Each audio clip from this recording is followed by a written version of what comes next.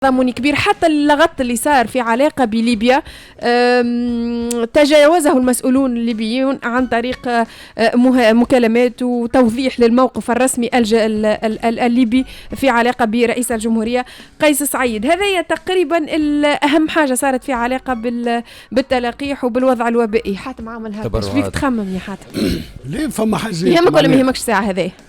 يهمني، اما اللي ما يهمنيش شكون وكيف، مش بتعليمات وبتوصيات فدبر معناها. حتى كي تبدا حتى اللي جاي من الامارات يا خويا يعطيهم الصحه وكل شيء، هما الكلهم يعطيهم الصحه وما قصروش. ما فماش واحد يعطيك حاجه ما تقولوش يعطيك الصحه. شنو اللي قلقك اذا في اللي قلقني اللي جبدين كل واحد يجبد لروحه. توريته بعد ما صار هاو القطر الاخر خرجك ذاك من عش مقمر اسمه بستوفيده، قال لي ذاك راهو كان مش الغنوشي راهو ما جابوا المكلف بالاتصال والاعلام ماهر مديو بتحكي عليه. خلينا هو عاد قال انا ستوفيده اخي، انا جبت من راسي بالكش ظالمه انا. باهي يلا احنا نقولوا ميساج، احنا نسميوه باسمه.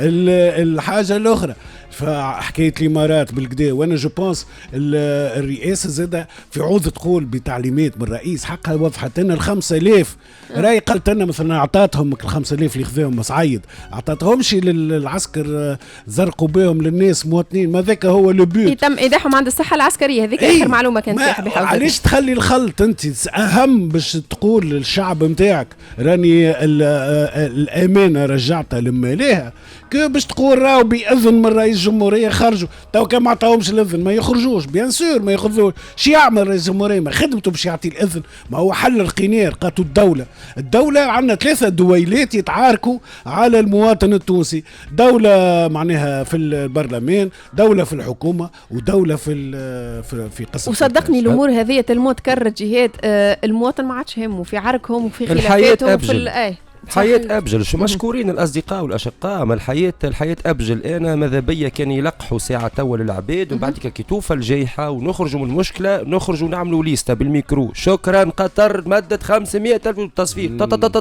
بعديك شكرا مصر. خلينا توا الحياة أبجل، خلينا منعوا. مشكورين الأصدقاء والأشقاء الكل، وتو بعديك نهبلوكم كل محلو رانا ما نقصروش مع. خلينا منعوا ساعة توا يا كابتن، خلينا نمنعوا توا. والله شوف كان مش نامنا على الناس استغلال سياسي في الموت وفي الفقر في الدنيا في الهم حاشاك، فهمتني. انا البارح ريت القصيده تاع شيخ امام الشحاتين، احلاها من اروع ما غنت اسمها نبيها كراولي والشيخ امام من كلمات احمد فؤاد نجم. يقول الشحاتين ماني والله كل يوم زيني نقراها ونقول التوانسه كل يوم اقراها، راهو يكون يتكلم علينا. معناها انا اخترت ما نجمش نختار معناها برشا حوايج، اخترت حاجات صغار ياسر. وقد فاض الكأس يا ساده والجوع يعربت بزياده والهم لحافا ووساده. في الصميم فهمتني. ويقول في الاخر الحمد لله لرب مقتدر وصلاة على البدر واللعنة نهديها ترأ للقلب الصخري الحجري. معناه أنا عندي سؤال. هالسلطة هذية، وأنا قلتها مرة في التلفزيون، معناها أنا نتهم السلطة بإهمال عيال. معناها لقينا الرعاية من جيراننا، ما لقيناش الرعاية من عائلتنا. هذوما عندي سؤال، بربي عندكم قلوب، عندكم قلب، عندكم رحمة، عندكم عواطف، عندكم إحساس. أنا توا تأكدت من حاجة، أقسم بالله لا عندهم رحمة ولا يهمهم في هذا الشعب يموت يمرض يحيا، تهمهم الإدمان على السلطة وكيفاش مش ينجحوا في انتخابات 2024.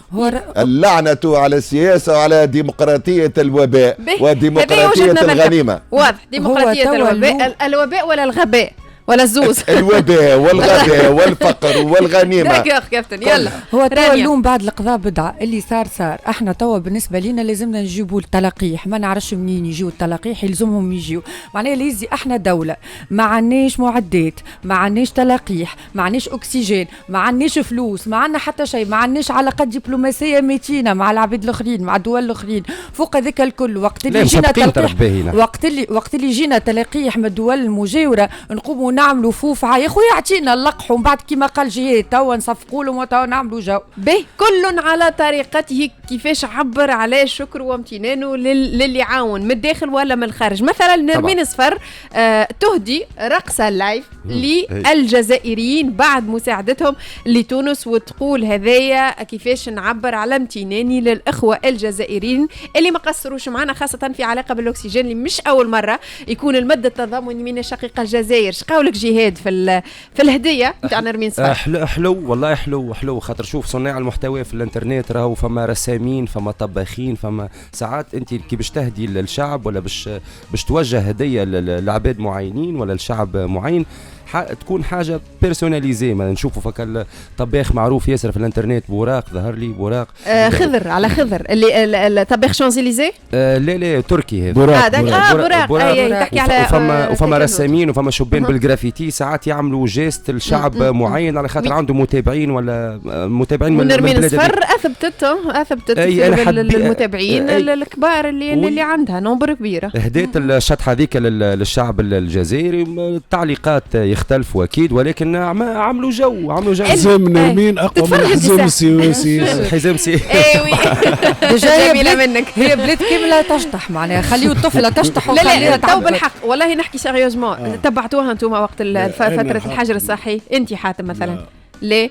انا اصحاب انا وياه دونك نتواصلوا، لكن ما الحق مش جوي. حتى انا اصحاب على تزامن الشو تعمل فيه في الحجر الصحي الاول وخطاب شكون؟ خطاب الرئيس جمهورية ماكرون. لا هوني في تونس صحيح. معناها شافوا معناها لوديونس كسرت الدنيا، كتبوا عليها لو موند كل كتبوا عليها في العالم. انا نقول كل قدير وقدره، وهذه كل واحد يلزم يوصل على الطريقه نتاعها. معناها شكرا، نقول له شكرا. كل واحد يوصل بالحاجه اللي هو موهوب فيها كيما اغزر، كيما انس جابر معناها بالتنس، كيما نرمين بالرقص، كيما يا ولدي كيما رانيا باش زعما موهوبه. لحظه خلينا تقول لنا رانيا باش موهوبه باش نجم تعاون. انت ما نعرف الانستغرام تاعك تبارك الله خدام. انا والله موهوبه بالغناء، موهوبه بالكتيبه، موهوبه بالميتيو، موهوبه برشا حاجات. تعملوا الكل. اما ليه انا عندي ملاحظه، عندي ملاحظه اي موهبه يا كابتني. الميتيو موهبه، مش اي واحد يظل لي ثقافه الميتيو بطريقه مختلفه وبكتابه مختلفه وبتعبيرات مختلفه. كانت عندنا انا نقول على التقديم وليس لواحد، خاطر نعرف فما ديزاينيور في الميتيو. يلا راني تفضل. انا جوست عندي ملاحظه صغيره بربي، فما برشا كلي ينبروا وخيت وعملت لنا العار وكالحكايات هذوكم بجاه ربي كي انت متقلق منها ما تفرجش فيها تو سامبلومون. معناها ما نعرفش شكون اللي تفرجوا فيها من نيجيريا موتوا بالسرقه. ثم اللي سرق اللي يتفرج بالسرقه وبعد وفضحتهم بعد لك في مقابلات اعلاميه من نرمين كي تعمل لايف راهو متعه حقيقيه. الكومنتات راهو اللي في الوقت انا حضرت على ظهر لي استاذه قالت نلقى واحد من التلامذه نتاعي لهنا والله ولا تلقى رجلها ساده.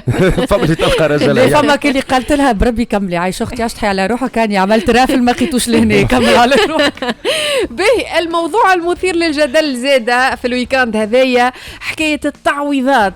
3000 مليار قيمه التعويضات، والهاروني يطالب المشيشي بتفعيل صندوق الكرامه قبل 25 جويلية، الشيء اللي اثار استياء العديد من الناس. يقول لك احنا اليوم في حاجه لتلقيح، في حاجه لاكسجين، في حاجه ل كل فرنك لمعاضدة الجهود لمقاومة الوضع الوبائي هذايا. وتوا حديث على صندوق تعويضات عن أي تعويضات تحكي. جاوب النائب عن حركة النهضة يمين الزغلامي تقول كفى حقدا لا وجود لأي قرار حكومي لصرف التعويضات. جدل كبير قام. يهمكم ولا ما يهمكمش كابتن؟ شقولك في اليسار؟ شو يهمنا يا كابتن؟ شو يهمنا؟ والله أنا ما نعرفش. أنا تزامن على طلب التعويضات بالتهديد. أنا تفرجت فيه الهاروني يهدد وعطاه ما نحبش التسويف، وعطاه التيماتوم ل 25 عيد جمهوريه. بون اذا مازلت ما نعرفش، مش الناس الكل تمن بالجمهوريه، مش الناس الكل. هذا من ناحيه. اثنين يا خويا كيفاش نقول كفانا، مش نرجع نقول كفانا يا ولدي. زينا من التهديدات، هددتونا بالحرب الاهليه، هددتونا بكذا. يا اخي شنو يا اخي الحرب اللي يعنينا على الفساد والله لا حرب لا فساد لا ارهاب لا كورونا يا حاتم، والله حرب على الشعب. والشعب يستاهل اللي مشى معناها مشى وانتخبهم. ايه واحنا شكون مش يعاوضنا؟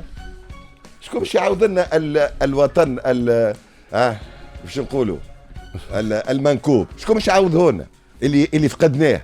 شكون باش يعوض 16,000 اللي توفاو؟ شكون باش يعوض اللي ناس خرجت اللي مشات اللي فقدت معناها أعز؟ شكون باش يعوض لك الأرامل وك اليتامى نتاع الشهداء ونتاع اللي توفاو توا في الكورونا؟ شكون باش يعوض؟ شكون باش يعوض؟ شكون باش يعوض؟ يا ودي يا زينه يا ودي والله باش نقول ما عادش نحب نتكلم خاطر خايف لا نعمل زلق. عبد الكريم الهاروني شو يقول؟ رئيس مجلس شورى حركة النهضة حاتم يقول انه ضحايا الاستبداد لن يقبلوا مجددا حتى عرقلة لصندوق الكرامة وعدم تفعيله راهو الجريمة، يصفه بالجريمة. باهي هنا برشا حاجات لازم تتناسب. الصندوق هذا عفوا الصندوق هذا داخل في مسار عدالة انتقالية معناها دونك عاطي التيماتوم. خاطر انا البارح شكوني في روح والله قعدت ساعه باش معناها ساعه وانا نثبت في الفيديو وطلبت جماعه من النهضه باش نثبت في الفيديو خاطر معناها الشيء كي ريتها قلت امبوسيبل. قال عام 2011 ما ينجمش يقول 2001 مسؤول سياسي في تونس ما ينجمش يقول الشيء ذاك عام 2000 قالها نهار 8 جويلية بساحة الحكومة بالقصبة. باش نعطيك التاريخ تظهر لك معناها ما تتقالش في الوضع هذا نعيشوا فيه. التعويض في النضال حاجة مبدئية مانيش ضد هذاك. تقول لي توقيت ومش توقيت نحكي لك أنا أما هاو باش نعطيك الديفينيسيون بتاع التعويض لشكون يتعطاه للي يقع مثلا اللي يدافع على حقوق إنسانية ويقع اضطهاده اللي مثلا اللي آراءه السياسية يقع معناها تعذيب وكل شيء. لكن فما راهو حاجتين معناها جو فو با كومباري معناها فما ناس مبدئيا كي تناضل لمبادئ وما تقبلش على روحها حتى وقت اللي هي واللي عندها الحكم ولا تولي هي يرجع فما غيابيليتاسيون متاعها ما تقبلش كونها تاخذ تعويضات. هذيك القمة تاع الهرم النضالي. الباقي الكل لغة. الهاروني استنى اباري هاد خالد يحكي مع انصاره هذيك التسويق داخلي فلتت غلطت كان جاي هو ما معناها في مخه عنده لوجيسيال 2021 يعرف اي فيديو باش تخرج دور داكوردو دونك هذيك فلتت منهم وغلطه كبيره ونعرف من الداخل ياكلوا في صوابعهم يلا دونك هذيك معناها 3000 جو بونس فما فون جاي من برا وكل شيء. نحن على المبدا ما تنجمش انت كسياسي وحاجه فوالا الحاجه الاخيره يلا ونختم بها العداله داخل في مسار عداله الانتقاليه. شكون اللي افسد العداله الانتقاليه؟ قديش فما 240 بطاقه جلب لمسؤولين في اطار العداله الانتقاليه حتى واحد ما جاء رشد الخياري حاميوا عليه معناها هما جماعه النهضه 240 بطاقه جلب حتى واحده ما حرقوا الحليب ولا حرقوا الشعير على الناس اللي ما لقاتش حقها اللي يدافعوا عليهم هما. يلا جهاد مسار كامل لازم يكون جهاد ورانيا الرقم هذايا شد نعرف لي واش شد انتباهكم. خذ تعويضات واعملوا مزيه خلصوا علينا الفاكسان 12 مليون مالك اعملوا جيست هنا مع كامل واعلن رفضه لما اعتبره التسويف في هذا الملف يعني وحتى قال لك اي عرقله لصندوق الكرامه يعتبره جريمه. تهديد الوقت البلاد مخنوقه. خذوا بالخاطر بربي خذوا بالخاطر وسعوا بالكم خلي الامر يستراح وخلنا نلقحوا ساعه. انا مع كامل حقه صحيح انا مع كامل احتراماتي الهاروني وضحايا الاستبداد اما البلاد ماهيش في وضعيه باش نحكيو في سوجي كيما كي 3 مليارات نجموا نعملوا بهم 3000 مليار نجموا نعملوا بهم برشا حاجات في البلاد هذيا وما نحبش نتكلم اللي راهو فما عباد قبل الثوره وبعد الثوره العباد هذوما اللي هي يدعيوا فما عباد تدعي وفما عباد بالحق ضحايا الاستبداد. اما فما عباد تستغل في الموقف اللي من قبل الثوره ياخذوا في شهريهم واللي بعد الثوره تبعشوا اللي بيس عليهم وعندهم كريسيهم يعني على ان تعويضات تحكي وسامحوني معناها سورتو في الوضع هذا هو الحصول على الحكم تعويض مادي معنوي كبير. عبير موسي رئيسة الدستوري الحر نهار السبت شنو تقول في فيديو مباشر لها على صفحتها الرسمية بالفيسبوك تقول أو تتهم وزارة الصحة بجريمة تعكير صفو الأمن العام وتقول إنه الوزارة تعمدت نشر مغالطات حول الوضع الوبائي في بلادنا وإنه أرقام الوفيات للإدارات الجهوية للصحة ما تتوافقش مع ما تعلن عنه وزارة الصحة من أرقام، وأنه الإجراءات المتخذة من طرف الحكومة من بينها أو من أهمها منع التنقل بين المدن وما يتخللها من تجاوزات ومغالطات راهي تعد جريمة دولة بامتياز.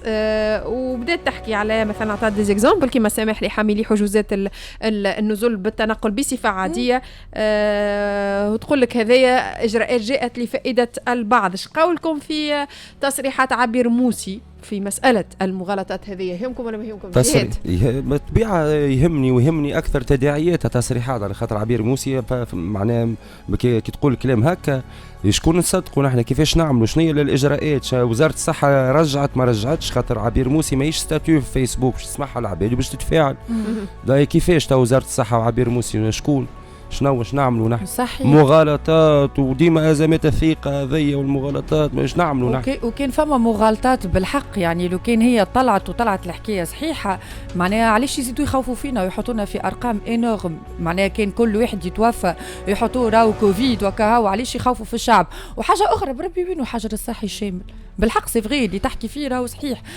كي تقول لي انت باغ اكزومبل باش تسكر البلاد نهار السبت ولا حد ونلقى البياج معبي ونلقى العبيد في الوتله ونلقى القهاوي محلوله، اما الدوريات راهي قاعده تقوم بالكونترول اما ترجع في العباد اللي ما غير تراخيص مبرر. اما جوستومون الحاكم يوقف في العباد، اما القهاوي محلوله فما كراه بليا تمشي وفما كراه بليهن يوقفوا فيهم. معناها الزويلي هوني عندنا ما لازموش يتنفس يقعد في الدار مسكر على روحه الباب ويوقفوا في جنينك. والعبيد اللي عندها الفلوس تنجم تتنقل وتقعد في تعدي دي ويكاند في وتله. حاتم يظهر لي حكايه مغالطات فيما يخص الارقام نعرفوها ديبويكسون، نعرفوا اللي الارقام المعلن عنها راهي غير الارقام اللي المسكوت عنها، ونعرفوا اللي ثم برشا حالات ما في يعلنش بها وماش داخله في الاحصائيات الرسميه. هو راهو وزر معناها الحاجة اللي تربحها بالديمقراطية كونه إليا بوكو دو جارد فو. ما نتصورش وزارة الصحة معناها تنجم تغالط في الأرقام، تنجم تلعب بالأرقام، تنجم ريت توا مثلا هي منين انطلقت الحكاية؟ هي رات عبير موسي الكومونيكي نتاع الوزارة ورات بورين فوا بلوس 194 ومنهم 60 لو جور ميم. هو شنو فما ناس يشكوا فيهم التحاليل تخلط يسون كونتابيليزي ان جور، مش بالضروره ماتوا الكل، لكن لو شيفر جلوبال هو صحيح. هذه حاجه ثانيه، فما برشا توا ناس عندها الكورونا تخرج تمشي تترشى في قهوه بربي معناها باش يحترموا الارقام ولا يمشي. فما ناس يموت بالكورونا ما يقيدوش كورونا باش فينا تصير بالزازه والمروقات والواحد والناس تمشي وحفظه وكل شيء. الحاجه الاخيره كونه نحن توا نعيشوا في ازمه صحيح، ازمه ثقه كما قال جهاد عفوا سامحني خويا مش نقول لك نرمين راه عندنا فرد المشي احنا فرد رقصه بالضبط. هاي فرد رقصه.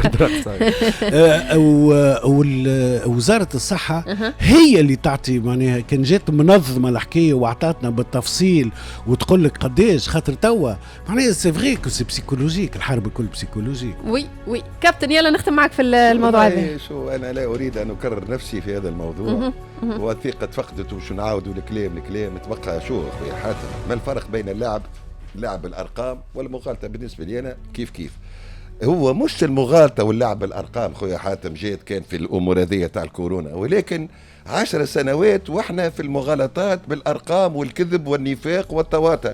احسن مثال على ذلك هو الانتخابات.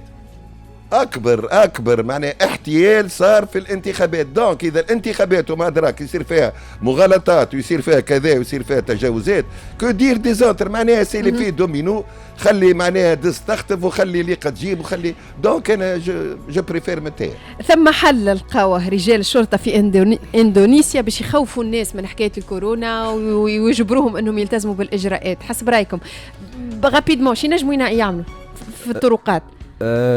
ما نعرفش حفلة تنكرية.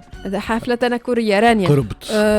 حطوا في بالي انا قريت الاخبار، حطوا هكا وجوههم كيما الاشباح ولا حاجه هكا يظهر. إبا دهنوا وجوههم جوستومون باللون الابيض، لبسوا اقمشه فضيه ووقفوا على جانب الطريق اون ديغي هما يمثلوا الاشباح الناس اللي توفات جراء الكورونا، وخاطر تعرفوا في اندونيسيا يؤمنوا برشا بالقوى الخارقه باش الناس تشد ديارها ما تخرجش أكبر دولة مسلمة من عدد المسلمين. اي دونك هذه الطريقه اللي لقاوها لتخويف الناس هذو. يعني ما نموتوش بالكورونا نموتوا بالبوسافير.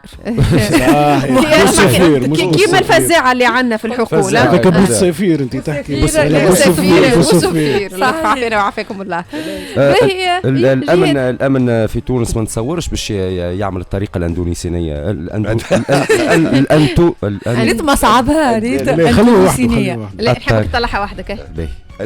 الامن في تونس ساعه حتى الطريقه الاندونيسيه. برافو اي صحيح. الطريقه الاندونيسيه ماهيش ما تنجمش انا لهنا ساعه حتى يفرقوا عليهم بافاتاتهم وماسكواتهم وجيلهم ويحميوهم، وان شاء الله ربي معاهم ويعطيهم الصبر والقوه. معاملين عليهم زاد الامن لازم يقفوا معنا. حكايه سامحني على باش ما تهربش مني الفكره. عندها الحق عبير موسي في حكايه لي باس لي فاوتشر. بربي فما كان الوتله هنا يحكموا في البلاد، عملوا الحل الواحد باش التوريزم الوتله حدود. كي ربطت انا قلت زعما الوتله محظوظين ولا نحن فقت مكثر الرجال الاعمال اللي يعملوا في السياسه في البرلمان عندهم وتله، مكثر اللي عندهم احزاب من عائله تدريس عائله كلهم العائلات الكل عندهم برشا عائلات، دونك موجودين سياسيا ولوبي معناها ثم ناس. لا هذا خلينا من هذا الكل. زاد ثم ناس تقول لك نحبش نقعد في الدار، على الاقل انا نعمل كونفينمون تاعي، نعمل مع ناس صغيراتي ونمشي للوتيل ونعمل سياحتي الداخليه لداخل كونفيني في اللوتيل. زاد الحجر الصحي الشامل العباد الكل تتساوى، مش خاطر عندك فلوس عندك امكانيات باش تمشي تعدي الحجر نتاعك في اوتيل، تمشي انت عندك الحق، والزوالي ذاك تمنع عليه باش يشوف البحر. العباد الكل كيف يلا 57 دقيقة على اي اف ام احلى راديو. فاصل من بعد اخر الاخبار من ثم لنفو تخافيكو اي اف ام سبور، ونرجع لكم في ساعتنا الثانية.